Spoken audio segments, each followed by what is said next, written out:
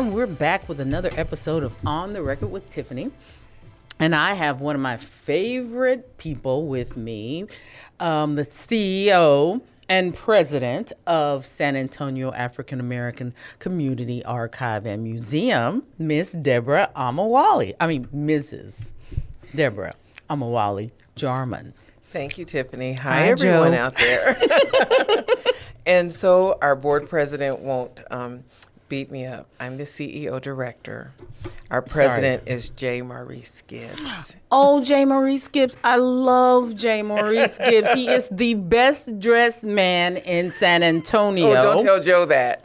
Oh, okay. He is the second best dressed man in San Antonio. Love you, honey. It's got to be a tie because those two look sharp. I've never seen them not looking good. I concur. The last time I saw Joe Jarmon, he was his usual debonair self.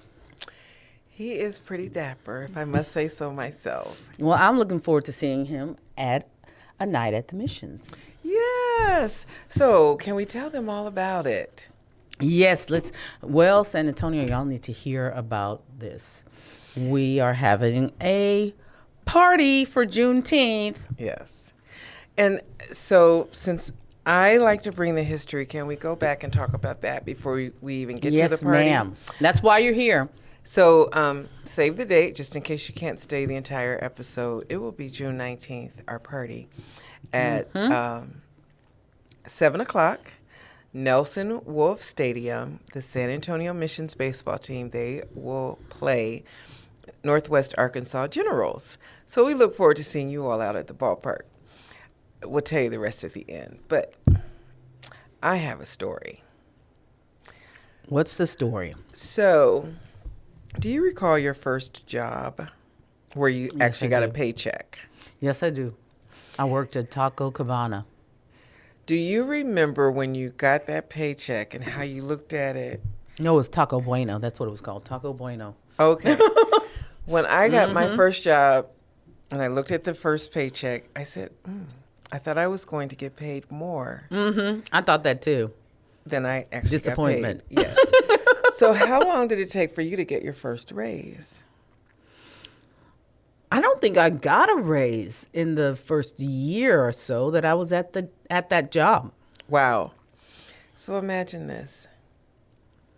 Imagine that you're told that you're going to work. But instead of for that paycheck that you were disappointed with, you worked for free. And then you were told that in September of 1862, that President Abraham Lincoln was going to sign an act that was a part of a number of proclamations, executive orders, that would be effective January 1st, that slaves in the Confederate States would be free. Now remember, he didn't say anything about the Union States. So here you are in San Antonio. And you know, word travels. Because Cousin and them, they up in Pittsburgh. And so they're going to tell someone, and they're going to tell someone, and it'll make its way down to San Antonio. So there you are. You're thinking, okay, first of all, I'm working for nothing. From sun up to sundown. And there's a chance I could be free. So December 31st, 1862, everyone is sitting around waiting and watching. It was the first watch meeting. And wondering, is he going to sign the act? Abraham Lincoln signs the Emancipation Proclamation that says slaves in the Confederate States are free. Didn't say anything about Union States. Okay, I've said that before. I just want you to remember that. All right. So, there is not one Confederate state that is complying with the Emancipation Proclamation. So I thought I was going to be free. But I'm not. But I'm not. And anyway, it was just hearsay because Massa didn't say anything to me about this. April 9th, 1865. The Civil War is over. Are we free? 100,000 people dead, at least. But am I free? Massa still doesn't say anything about it. So now I'm trying to figure out, well, wait a minute. I've been working for free. I haven't gotten a raise. But how can you get a raise when zero is your sum? Thinking back to your multiplication, 0 times 0 is 0. Exactly. But thinking about that first paycheck, right, where at least you got a raise in a year. Mm-hmm. So I haven't gotten a raise. Massa hasn't said anything about being free. And then June 19th, 1865, General Gordon Granger shows up on the shores in Galveston. And he steps out on the balcony at Ashton Villa and reads General Order Number 3 that says, "We are free." So, am I really free this time? Well, now there's a question. And there's a question right here in San Antonio. But why was there a question when a general read that? Because they didn't know that general? There was more to the order. The order gave reference that the military will manage how the enslaved will be free. So there was also, you can't be out on the streets. If you're vagrant, you will go to jail. So where were they going to live? And work for municipalities for free. So what is this thing called freedom? We're happy. We're dancing. But really, where can we go? Mm-hmm. We don't have houses.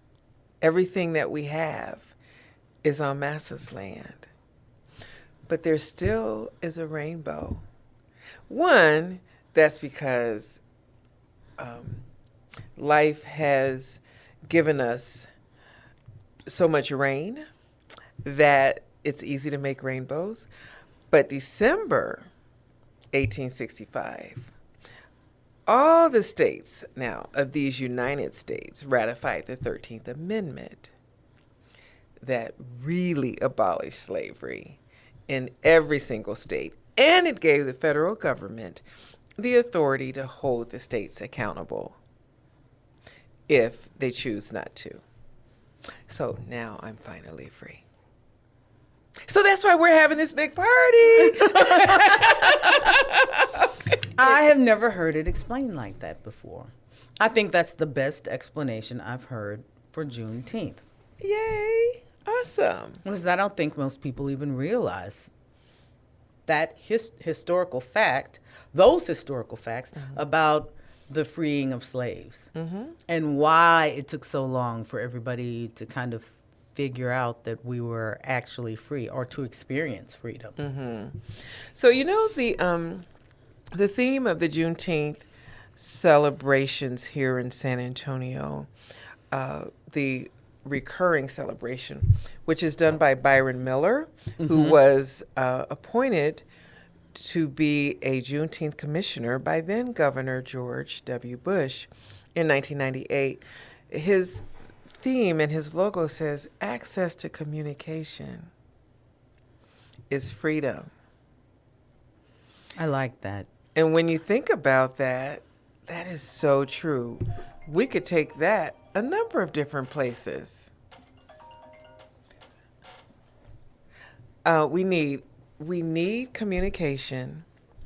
We need to control our communication avenues so that we can make sure we get the word, so we can stay free. Mm-hmm. Absolutely. And so we can enjoy our freedoms. Mm-hmm. I don't worry about being enslaved physically, but I definitely worry about being enslaved economically. Mm-hmm. I definitely worry about being enslaved mentally, and being enslaved through things like voter suppression, through things like not being able to even apply for jobs that we're qualified for. And I worry about, our sons and daughters as they're driving along and their encounters with police officers, other people, I worry about the freedoms that we have being infringed upon. Absolutely. And even the story that I just shared with you, this conversation that we're having, it is now illegal in the state of Texas for educators to have this conversation with their students. Really? Yes, even though last year the Texas legislature voted to add African American studies to the curriculum of secondary high schools as an elective, this year they voted to get rid of critical race theory. And so Juneteenth is a conversation about race. Can you explain to our listeners what critical race theory is? Sure. Because people say that, and I don't think that that everyone understands what it is. So can you? I certainly can. So critical race theory. Well, wait a minute. I'm going to have everybody just take a beat because we have to stop and do a couple of commercials because we've got to pay the bills around here. But you've been listening to On the Record with Tiffany on 9:30 a.m. The Answer, where we like to talk to lots of different people and get everybody's point of view. So come on back and let's hear what Deborah has to say. And this lady is an authority because she runs the San Antonio African American Archive and Community Archive Museum. She knows what's going on historically. So let's hear about the history that leads us to today. And we're back you're listening to On the Record with Tiffany on 9:30 a.m. The Answer, where we like to get lots of different perspectives. And today we are talking about Juneteenth, a holiday that celebrates the freeing of slaves in Texas. And I have an expert with me, the CEO and director of the San Antonio African American Community Archive Museum, Ms. Deborah Omowale Jarmon. Thank you, Tiffany. Hi, everybody. Welcome back. So you asked about critical race theory. So Yes. In the 70s, scholars from the Ivy League, from Harvard, I believe, came together with a concept that so much of what's going on here in the United States was based on how we look at each other from a cultural perspective and a societal perspective. It's the structure, the way we have structured things, which so much of it is structured by race. We just had that conversation right before the break about worrying about work and worrying about where we're going to live and those kinds of things. They are economically motivated and racially motivated. We're the only country that identifies people by color. Most people are identified by their roots, by their ancestors. Here, it's color. And it's really black and white. Even if you're Hispanic, if you look on the application, it'll say white Hispanic. Anywho, that's another story for a different day. Afro-Latino. Yes. So, Differentiating there as well.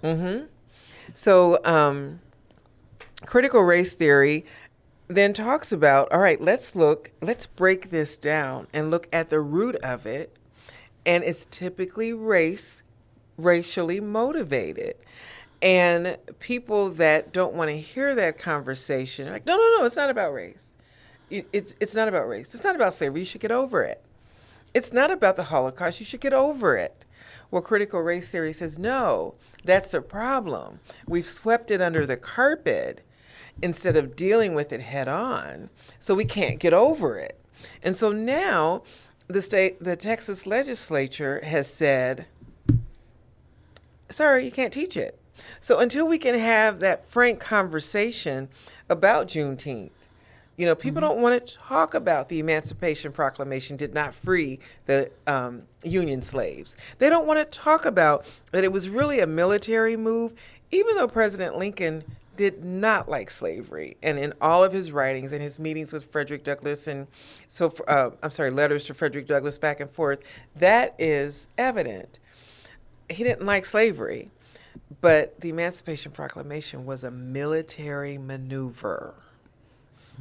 They don't want to talk about that.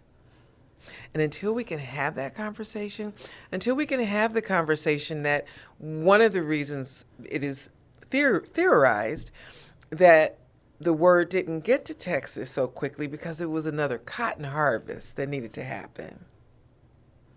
So it was economic as well. It was economic. You know, and that's what you find is that a lot of things boil down to economics. Exactly.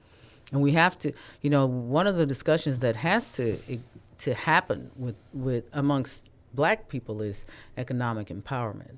Absolutely. And only we can control our economic empowerment.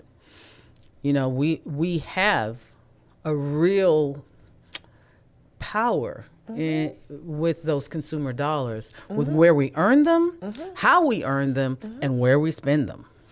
And you know it's powerful when you look at, we just commemorated the 100th anniversary of the massacre of Black people in Tulsa, Oklahoma.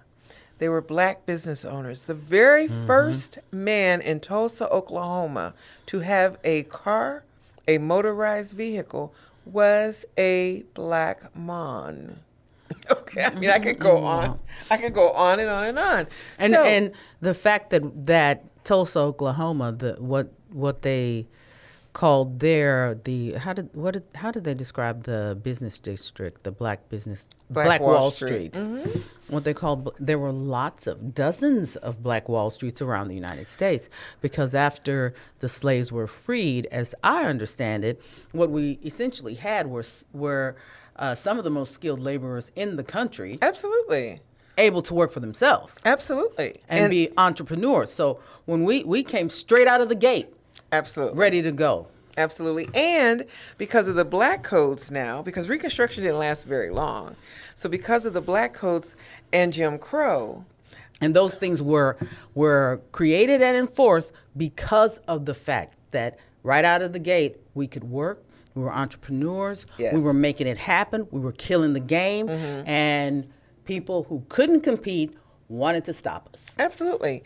And that is actually how those African descendants got to Tulsa, because there was land, there was an ability for them to make their own way without the oppression of someone else.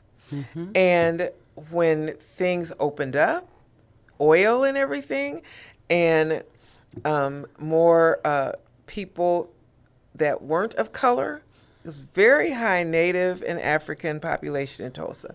So when people weren't of color started coming to Tulsa, they looked around and they were like, these people of color aren't supposed to have this. They're not supposed to have this much. And so belaboring and not recognizing the fact that they didn't just have that much. They earned that much. They worked for They it. earned everything that they had. Absolutely. And to come in and enforce laws and create laws that took away what was earned is preposterous. And that didn't happen once. It happened everywhere. And you think about it, we made money for massa. But the thought of us making it for ourselves, therein lies the rub. Yes, absolutely. So when it comes to Juneteenth, I received an email from someone they wanted me to meet. And I serve on several boards very proudly. And they wanted me to meet June 19th. I said, no, I'm not available June 19th. We can meet any other day. But first of all, it took you forever to even tell me I was free. And then I really wasn't free. But this is the day we celebrate And being we're going to free, celebrate. and I'm going to celebrate. I'm not Exactly. going to work. Exactly. We're going to have a party with the missions. That's right. That's right. I feel the same way. I spend Juneteenth really reflecting on the fact that the very philosophy Yes. that we use and that leads our lives, the philosophers that many of our counterparts always held, Nietzsche, Aristotle, they got the philosophy that they then developed, quote unquote, from the Kamada people who are of African descent. Hello. We were pondering the weightier things in life long before our counterparts were. Absolutely. Even if you look at the notion of if when you look at theology and you look at worshiping one God, that came from Africa. Yes. So we could talk about that a while. But I think they want to hear about our fundraiser, and there's so many other events going on in the city for Juneteenth. There are some amazing events happening for Juneteenth. Yes. And this is a time where we can unite because Juneteenth is celebrating a chapter in our history that closed slavery. We are at a place in life where if we have the difficult conversations, we can move forward. Yes. This is the time to have the most difficult conversations so that we can shut another chapter and move forward. Yes, absolutely. And the thing about history, if you don't understand it, if you don't acknowledge it, it can be repeated so quickly. And you just look at... And we don't have to do that. No. Like we are the world leaders when it comes down to so much. Yes, so many things, economics, acceptance of other people, because we do a good job of accepting other people on a world standard, because we see a lot of things across the world. Right. So that lets you know that the United States can do better and we can improve. There's always room for improvement. Absolutely. And we can win, everybody can win, if we set rules that are standard and follow them. As long as we're not trying to cheat our way to the top. We teach our kids not to do that. Then we have to do it as well. All of our politicians have to do the same thing. When we start doing that, we're golden. Absolutely.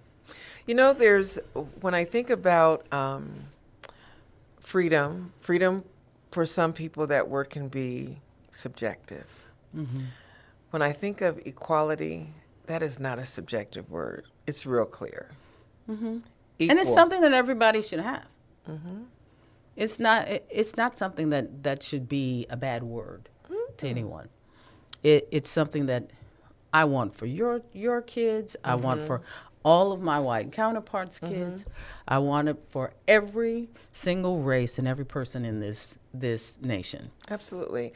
And the golden rule is paramount. Just treat me how you want to be treated. Now, we're gonna end this segment on that note, Deborah Omowale, because that is true. We want to be treated the same way you want to be treated.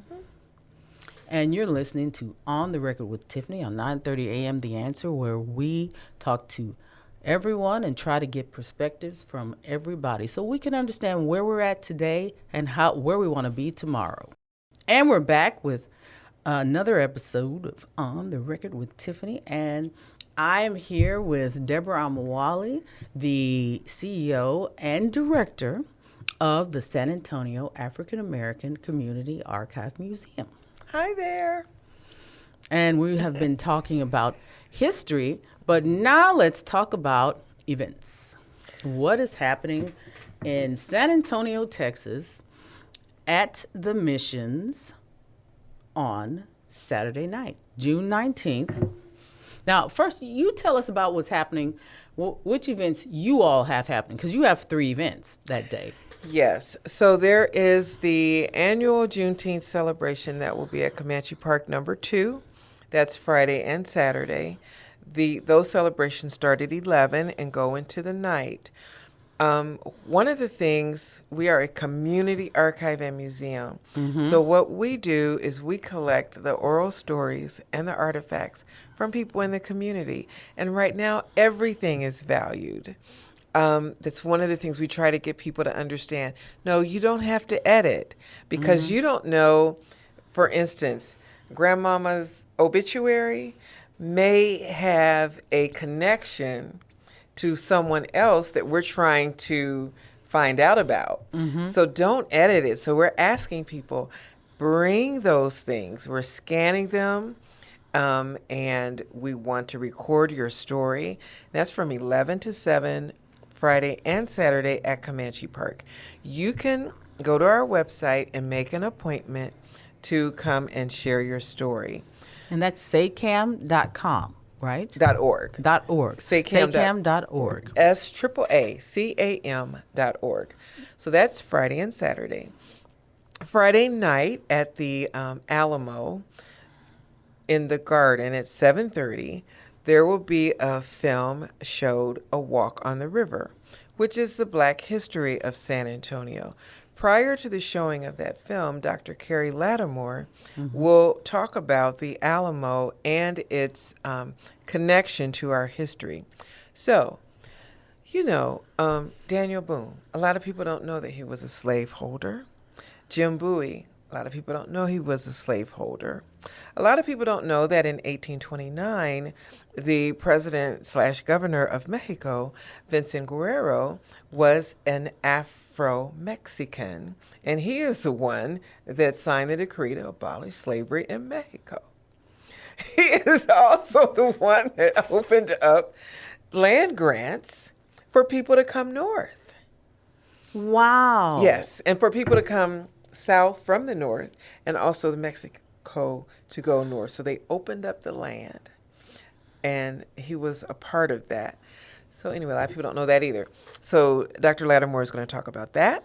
He's going to talk about the slave market that was at the Alamo. And I'm not talking about a market where enslaved people came to sell things.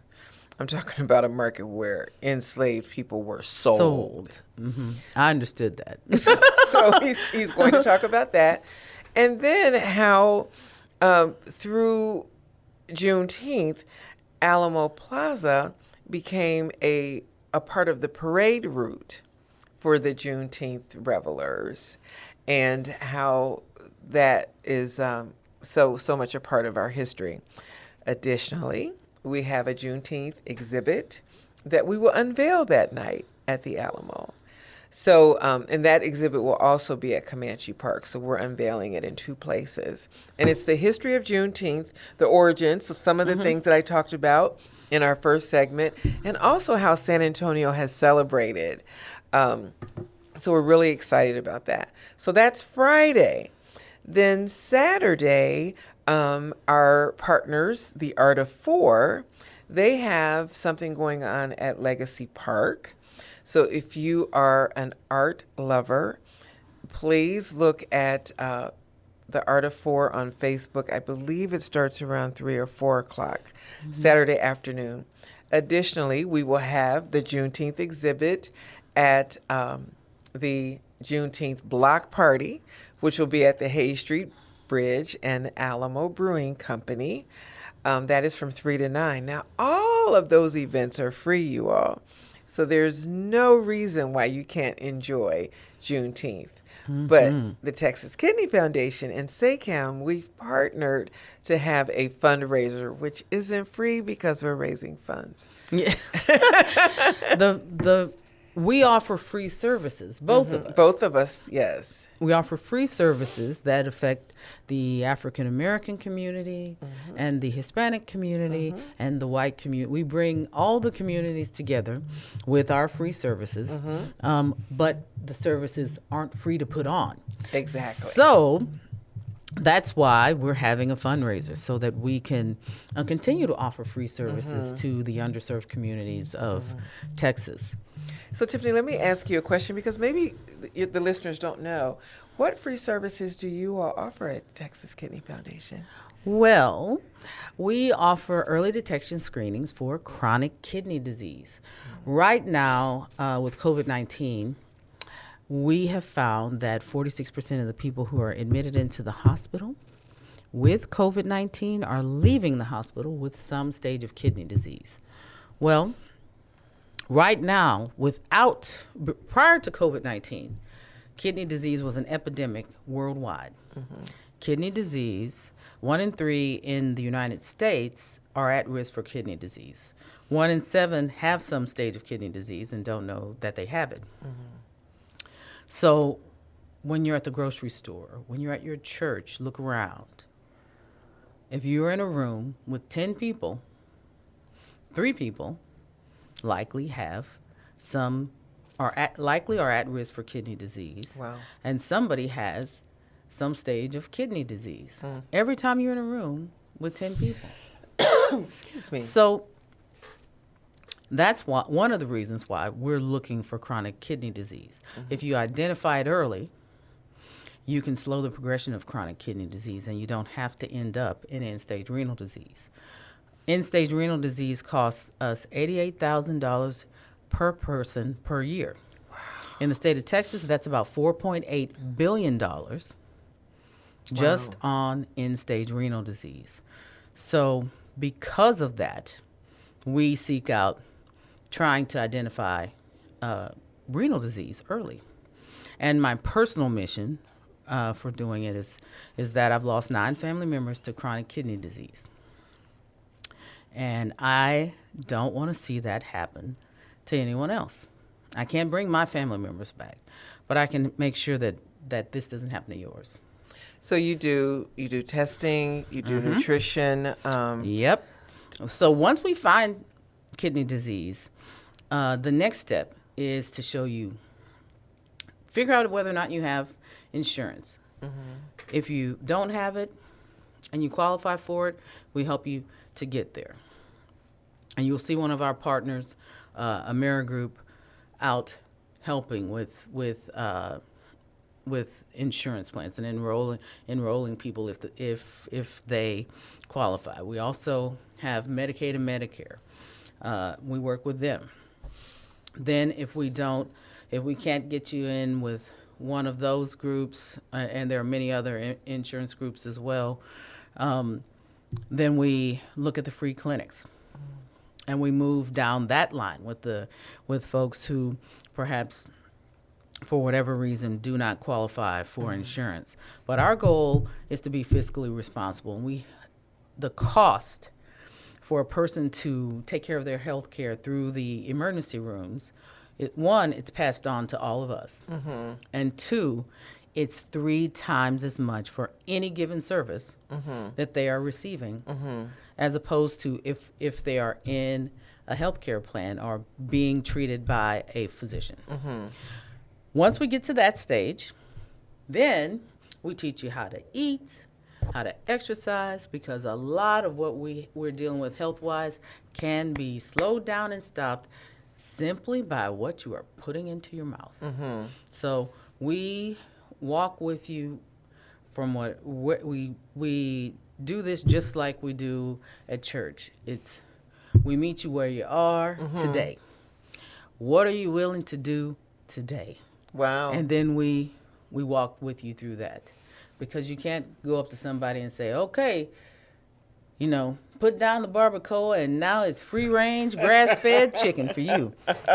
No one's gonna, people don't change that quickly. So, if maybe it's one barbacoa taco, no big red. And we're gonna move down this road. That's what we do, because this is a lifelong thing, and we have to help each person get to where they're comfortable doing what they're doing and that they can sustain it. So we have community partners that help us with that. It's Time Texas helps us with renal dietitians. So we then move you towards, okay, let's get a professional in here that understands what it is that you need, and let's start moving down that road. So, All of that is Free. important. It's free. We also have we're working on our mental health groups because that's incredibly important. Your mental well-being is, and we all understand this now after COVID-19 and being locked in our homes for the Yes. last 18 months. Now people are really getting the fact that mental health is important. Absolutely. You know, the average person gained 29 pounds during COVID-19, and there's definitely some truth to the term stress eating. Yes. So, but yes, that is what we do in a nutshell, and that's what you would be supporting with one of our VIP tickets to the missions game. The tickets are $75. You get all the food and soft drinks that you can eat and drink. You get to meet the Negro Baseball League players. Deborah, you tell them about all the cool stuff we have. I will. Well, This isn't a mom and pop show. We have producers, people. well, before I tell them, what'd you say about the players? Yes, Okay. we have. So before I tell them about that, I just want to tell what people will be supporting with SAAACAM. Yes. So it's the history part is crucial. So you can come to our exhibit space, SAAACAM at La Villita. It's building 20, 218 South Pressure Street. There's no charge to get in. And it's a wonderful exhibit. Thank you. Thank you so much. Our Black History Film Series, which will, you can re-engage with us in the fall. That will start September 3rd. That's outdoors at the Arneson River Theater. And it is, okay, did I say free? It's free. Our summer camp for our kiddos starts next Monday, June 21st. I believe you can still register. You can go to our website, saacam.org, and it ends July 30th. So it's a 6-week camp. We've partnered with the Ella Austin Community Center and about 20 other youth groups to offer children a plethora of classes, so they can look at and schedule exactly what they want to do. What ages? This is 6 to 18. Really? Really. I may have to bring my two little Pooh Bears. And it's from coding to sports to just so much, to art, to How much are the dancing, to classes? drumming. Okay, did I say free? Oh, They free. They are free. Did y'all hear that? Free. Free summer camp. Free summer camp. And what SAAACAM, our class is every day in the morning from 9 to 12. We will be teaching children the importance of capturing their own stories. So they will have a device where they can video record stories. They'll learn how to interview, what questions to ask, how to record, and then how to create a final project from that recording. And it doesn't have to be a video recording that they are showing us, even though we'll have that. They could do a poem from what they've captured, or they could do a performance. Oh, that's they could wonderful. do a song. And we have a guest teacher, instructor, Miss Andrea Vocab Sanderson. The city of San Antonio's first Black Poet Laureate will be helping the children learn how to tell their stories from a place of authenticity, a place of expression, understanding how to turn those words into just colorful remnants of the story. So we're so excited, and that is free. So that's just a part of some of the programming that we offer at no charge. So that's why this fundraiser is so important, to make sure, like you said, Tiffany, we serve a huge community.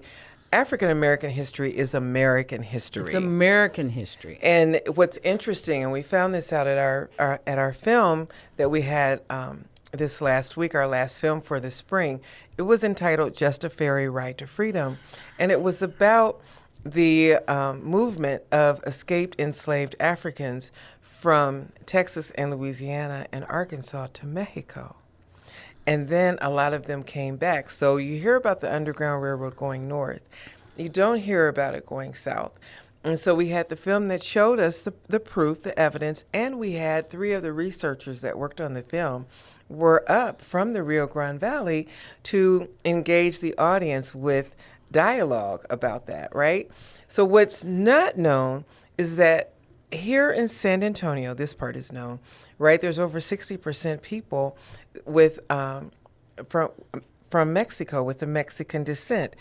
Some of those have African blood running through them because of just the way things happened with the slave trade. So, because more slaves went down to South in the America. Caribbean and South America, absolutely.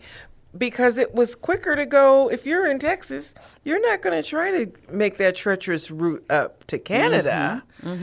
Right? So It would make sense that it would be the faster route to go freedom. Right, to go to Mexico. So all of those kinds of things that both of us are doing are free. And we partnered because of the barriers that certain men broke. And that's the Negro baseball players. So baseball is just an opportune time for us to come together, to celebrate together. And baseball was an integral part of Juneteenth celebrations. And, you know, we were talking about economics. And baseball was one of the first places, too, where you saw integration and where you saw integration in the sense of black people and white people being in the same place. Yes. And enjoying Yes. a pastime and just communing together. And so what's interesting about that, if you look at the economics, as we were talking about, of baseball, one of the things that it is thought that the Major League Baseball Commission decided to start accepting Negro players because it was economically feasible. They saw, well, wait a minute, we have white patrons going to these games to see these black players. Why not have the black players playing with us so the white patrons and the black patrons will come over to Major League? However, the South Texas Negro League did not stop. And neither did the National Negro League at the desegregation of baseball. And for what you said, integration is a perfect word. I am going to say I don't use integration very much because we have not really been integrated. We really haven't. We have been, it's been desegregated. But and I think I said this the last time I was on the show, if you can't invite me to your table, if I can't order off the same menu that you've ordered off of, if I can't get the same service that you've just received, if I can't be invited into the conversation, then it hasn't been integrated.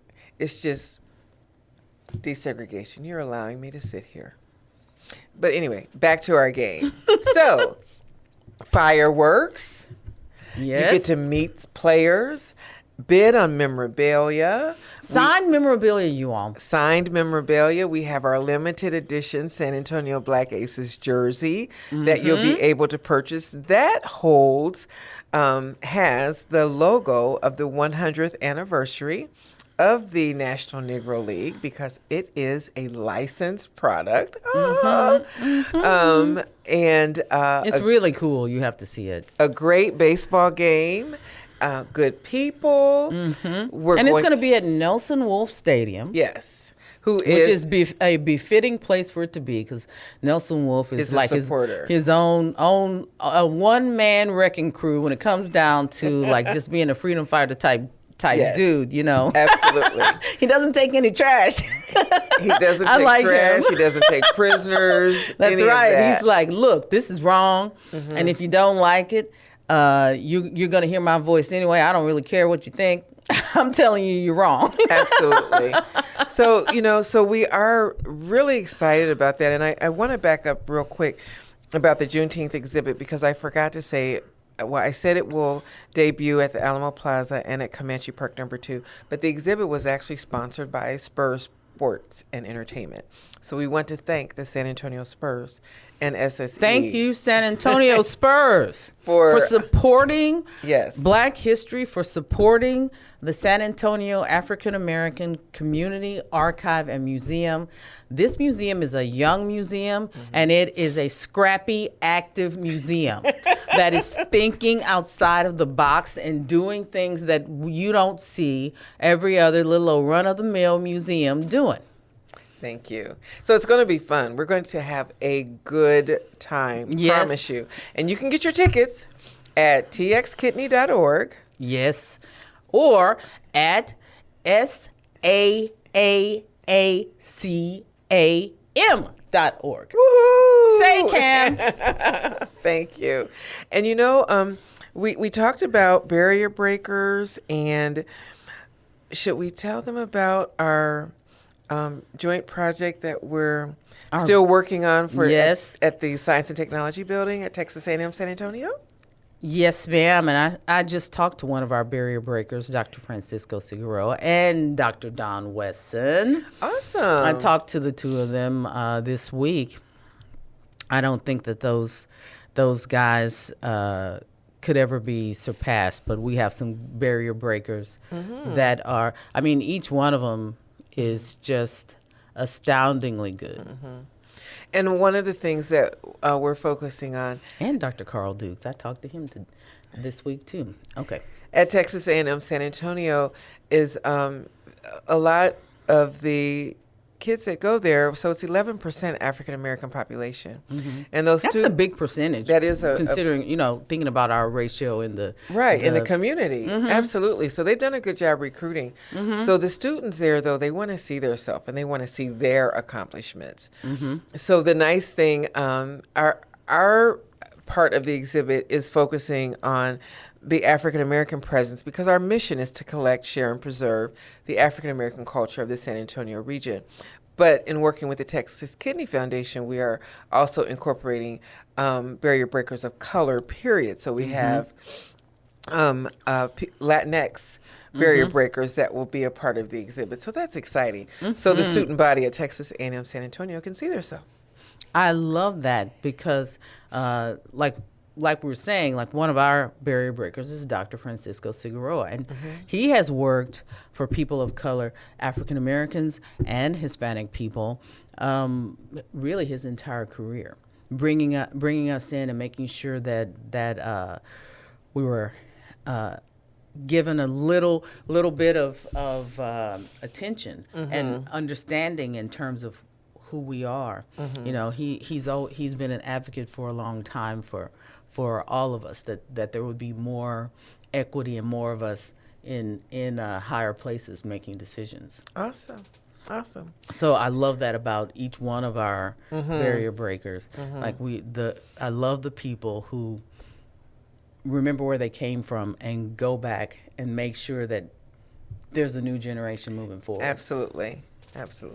And gosh, we're to the end of the Wow. show. That was a quick hour. I always love having you on because Thanks for having me. Because we just really ping off of one another. You've been listening to On the Record with Tiffany on 9:30 a.m. The Answer, where we listen to all perspectives and try to see where we're at and where we're going. Thank you all. See you Saturday. See you soon. Buy a ticket.